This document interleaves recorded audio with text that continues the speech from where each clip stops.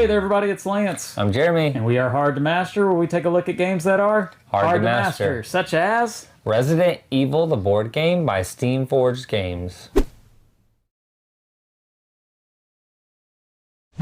Now, Resident Evil, the board game, is obviously taking after the IP of Resident Evil, the video game, specifically the first Resident Evil. Now, if you've watched our other videos, you will know that we've already done a video on Resident Evil 3. And if you haven't seen that video, go ahead and click the eye in the top right corner, and it'll take you to that video where you can catch all of our thoughts on it. I think my beard's the same length now. Mine too. It's grown back. Now, in this video, we are primarily going to be talking about the differences between Resident Evil 3, the board game, and this Resident Evil, the board game. Hopefully that doesn't get too confusing as we do this video. So we're going to keep the thoughts pretty short and sweet, but mainly focusing on the differences and why you might like this version of Resident Evil a little bit more than maybe the previous one if you've tried it. So we've got the game out here, some components set up. Jeremy, why don't you explain to us a little bit about what major changes are involved with this version of Resident Evil?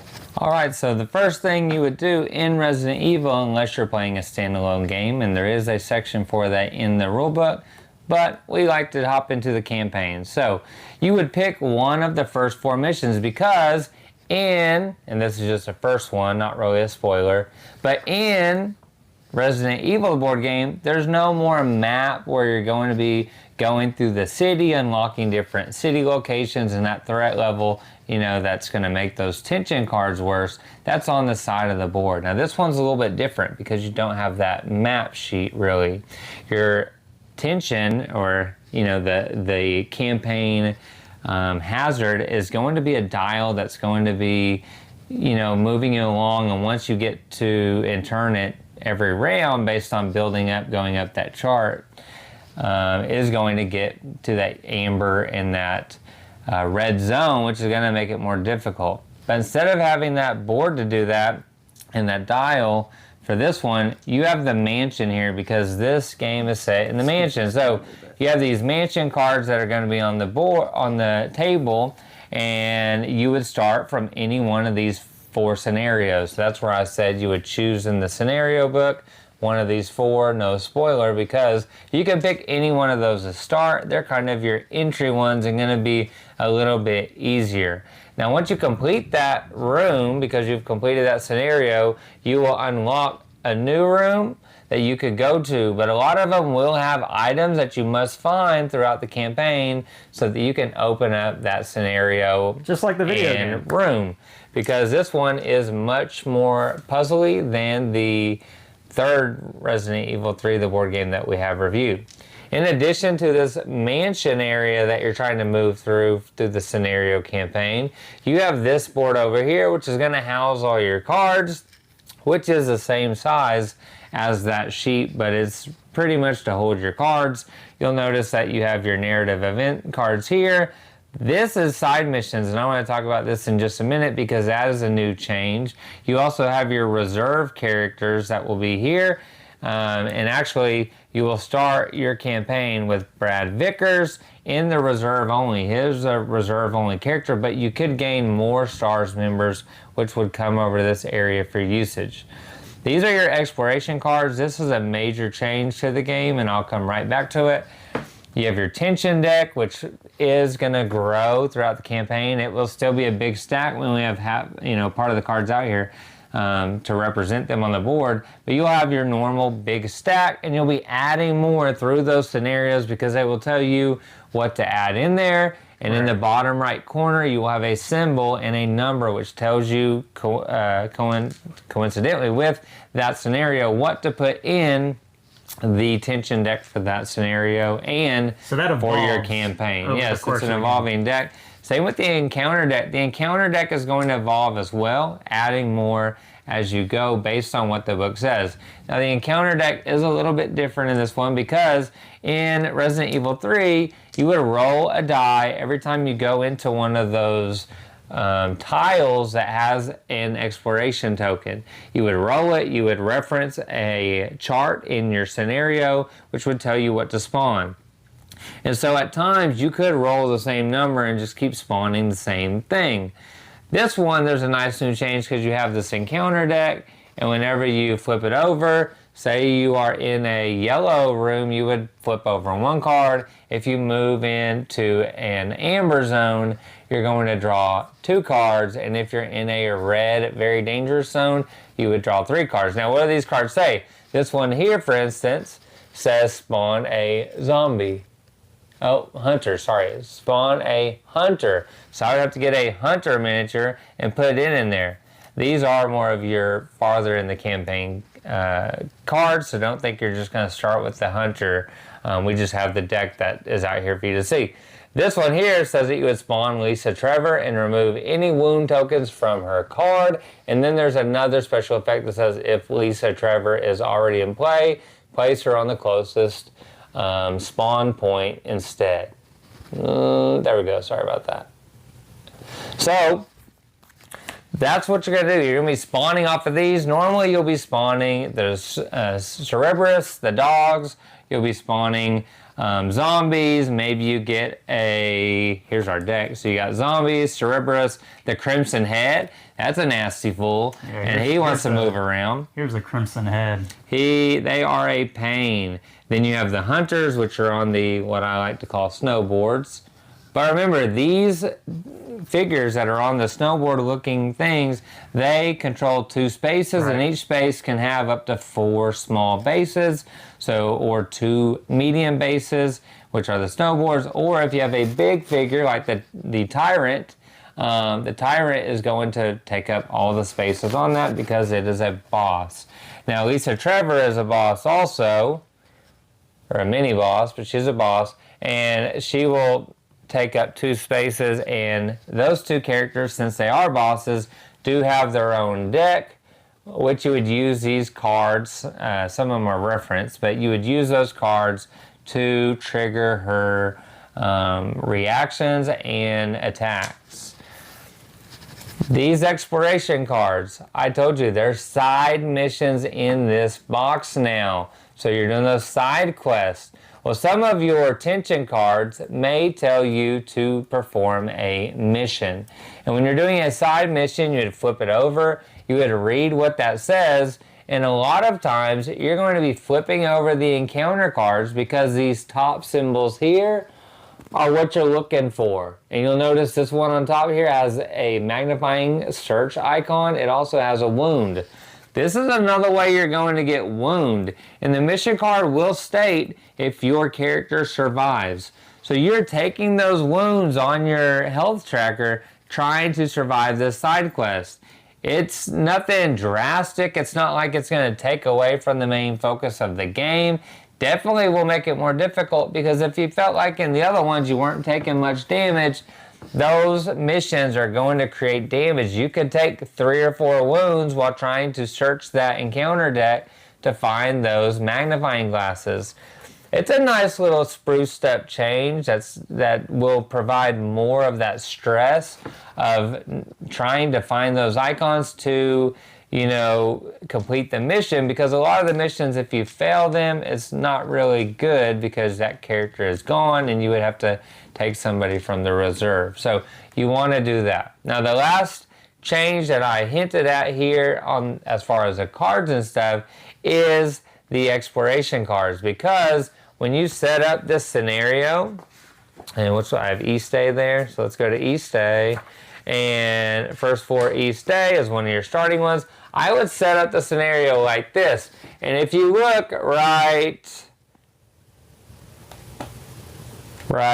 here, where this one is, or this one, whenever I go in and open up that door and move in, I'm going to find the first exploration card. And I'll show you this one because it's just the beginning. But this is a spoiler. So if you don't want to see the spoiler of this card, we're flashing on the board. You have about 10 seconds before I show you this first card. Because you're not supposed to know what is really in that zone, but just so you can see, I want to show you with this card.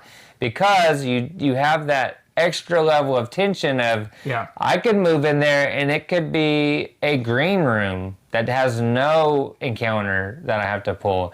It could be a 1, it could be a 2, it could be a 3-level encounter that I'm moving into, and I don't know, and I only have 1 bullet left because like the video game. Because everybody spawned these zombies and ran away like little babies, and I'm in a room trying to take them out, right? So, knifing everybody. But if you look right here on this card, it's going to tell you that this starting S here and this starting S are going to line up to that map that I just showed you. And you're going to put these pieces on the board. You'll see that's an encounter, that's a nastier encounter, and then you got another one. You'll also see that there's other doors that you're potentially going to connect to with that next encounter when you move into it. This is a really great change to this one because you don't know the full layout of the board. You don't know what all you're stepping into, and that's the tension in the video game. You know, a lot of video games, especially in Resident Evil, the first time you play it, you're moving in there and you don't know what's going to pop out at you. And that's why you play these games. Right. You want that jump scare and to just hack that zombie apart so that you don't die. And that's kind of what happens here. You go into this room, you don't know what's waiting in there for you. You don't have any more actions because you spent those 4. Well, nasty. Now you're getting your face gnawed off. That is a great change. Yeah. Like we said, some of the enemies that you're going to face are going to be different. Some of the special abilities on the zombies are going to be different because, for instance, these zombies, when you kill them, unless you're a character that has a special ability or something that negates this tough hide, they turn into corpse piles, like corpses that you have to burn to get rid of. Or, like in the first, or in Resident Evil 3, you roll this encounter die. That's all this is really for now, unless some other card states it. You're going to roll this die, and if you get that Umbrella 1, you're respawning that zombie back on that space, and you move the corpse.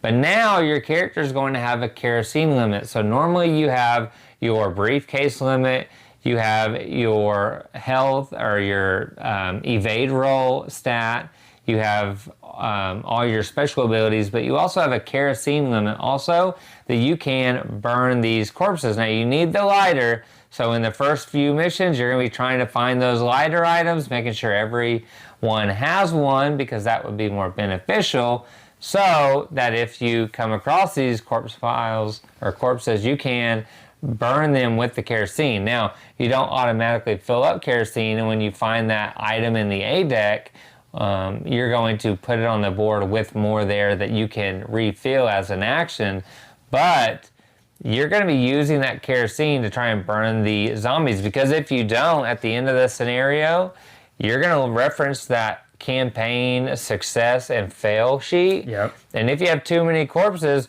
you're going to be adding things to this deck or increasing that danger on that dial. The danger level dial that you're gaining, you're going to increase that more, because you're always going to increase it by 1. You're just going to keep increasing it, and that's not good, because that makes all those other amber and red cards actually hit you much worse than they do whenever your danger level is low. So those are a lot of the changes. I'm trying to think if I missed any of them, because as you can see, there's a lot of new stuff that they've built into what was Resident Evil 3, which I really enjoyed Resident Evil 3.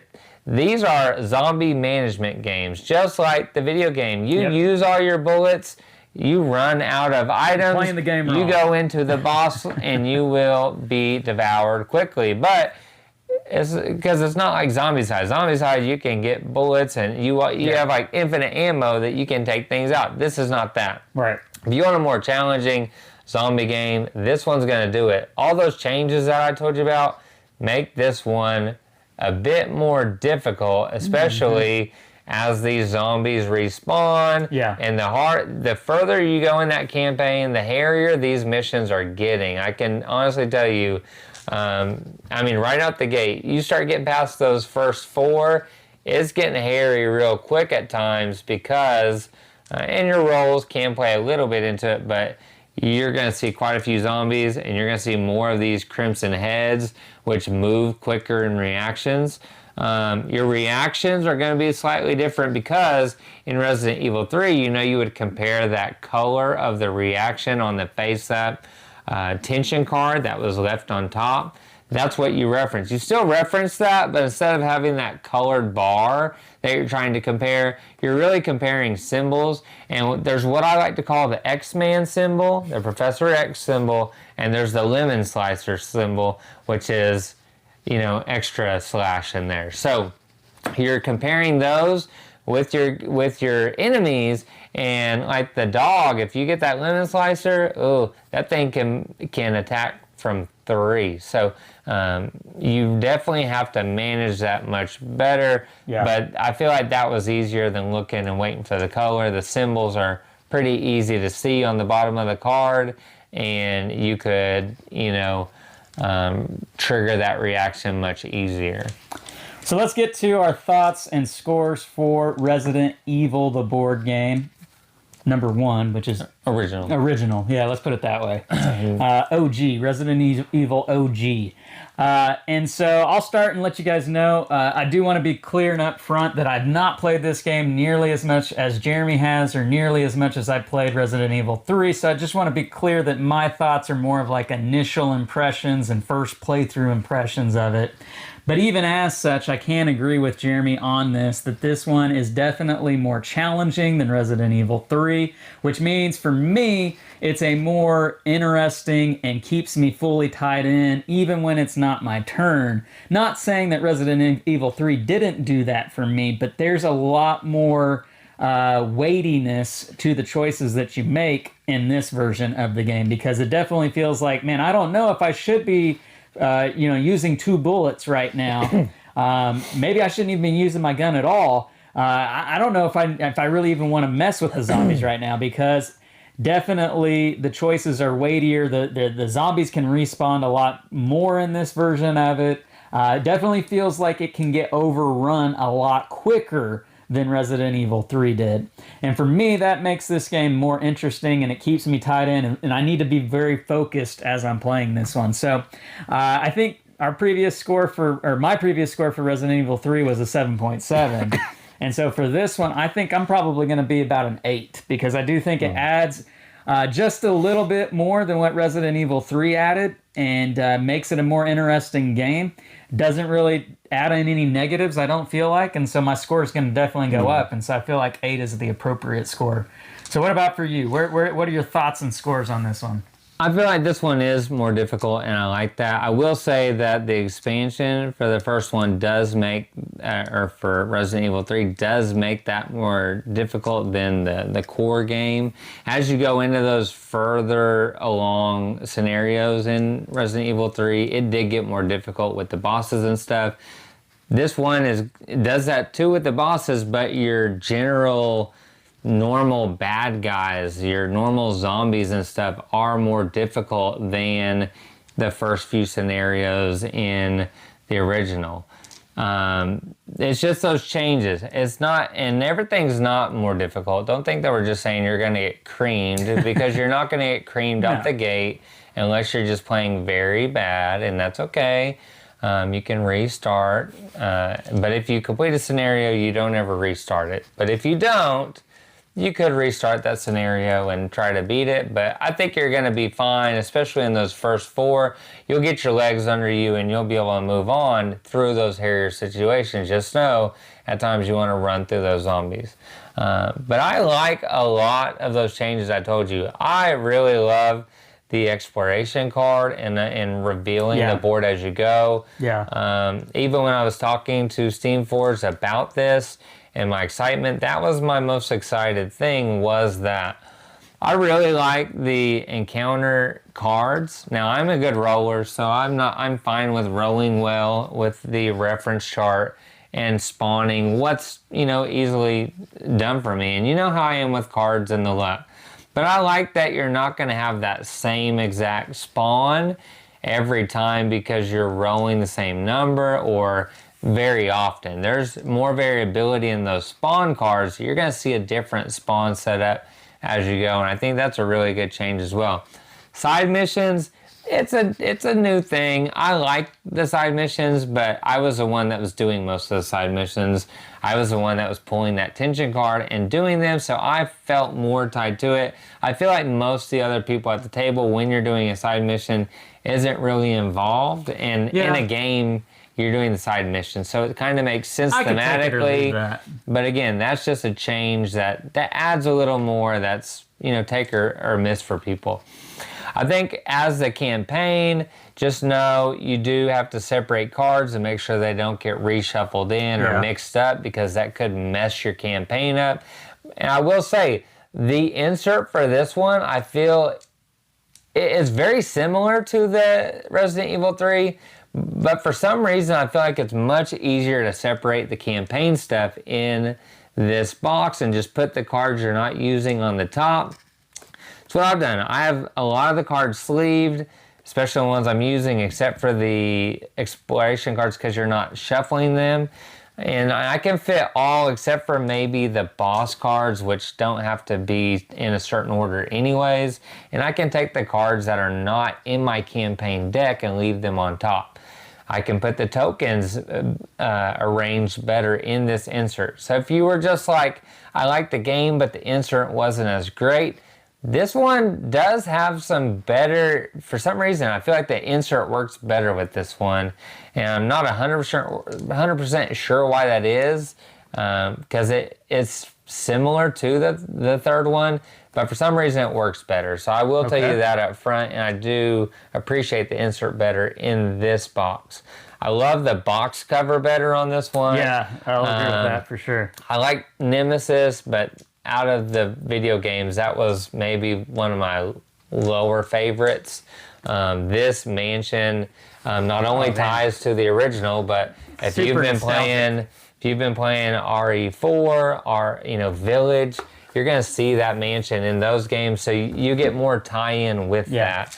The mansion cards are pretty cool, how they unlock, and I do have more that have been unlocked, but I didn't want to necessarily spoil anything. This is your normal setup.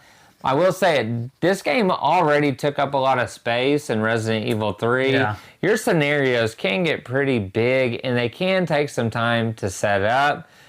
So having these exploration cards actually makes setup easier, because you're not really setting up everything. So there's, you're gonna have different exploration cards based on the scenario. You could have up to, I think 9 or 10 different exploration cards you have to set up, but you're not setting it all up front, so it's easier to set up. I know I'm talking a lot about what I like and what I don't like. There's not a whole lot that I don't like out of this one compared to the other one. I feel like the reserve section is maybe the most confusing part of this board. You're using these for your crest tokens. There's more puzzly aspect to this one than the other one. But again, they're different games based on different video games. Right. And so I think that they did a really good job of updating the gameplay mechanics for this one to have a lot of new stuff, and I like the difficulty change. So for me, I believe I had Resident Evil 3 also at a 7.7.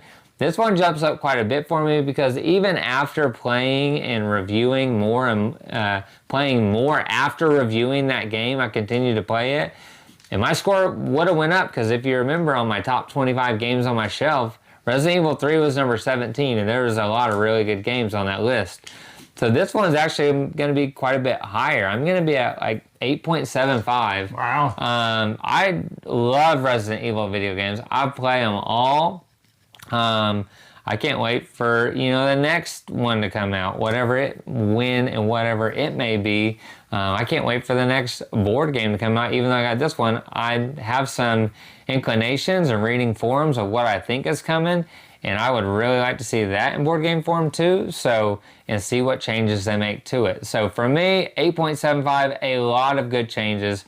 If you like Resident Evil 3, I think you're really going to like this one. I think the changes really helped this one quite a bit to be even better than the other one. If you're trying to decide, you can't go wrong, because Resident Evil 3 is still a lot of fun.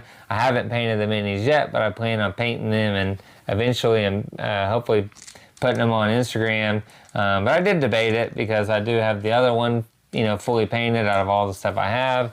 And so a lot of it's kind of repeating, painting the same thing, but I still think it's going to look better on the table if you paint it. And you have different characters, so they're in different skins essentially because it's a different game. Is this going to be a top 10 for you? It's got a strong possibility. Like I told Lance, it's not close to the end of the year, and I just see the games that are going to come in by the end of the year, or the games that are going to be at Spiel that are releasing. I mean, there's just so many great games. This has a lot of potential. Like I said, it's an 8.75, and I think that's one of the higher ones for you. And 3 was on my top 25 list on my shelf. So yeah, I won't commit to any games right now because subject to change. Because it could come off, and then I'd feel bad about.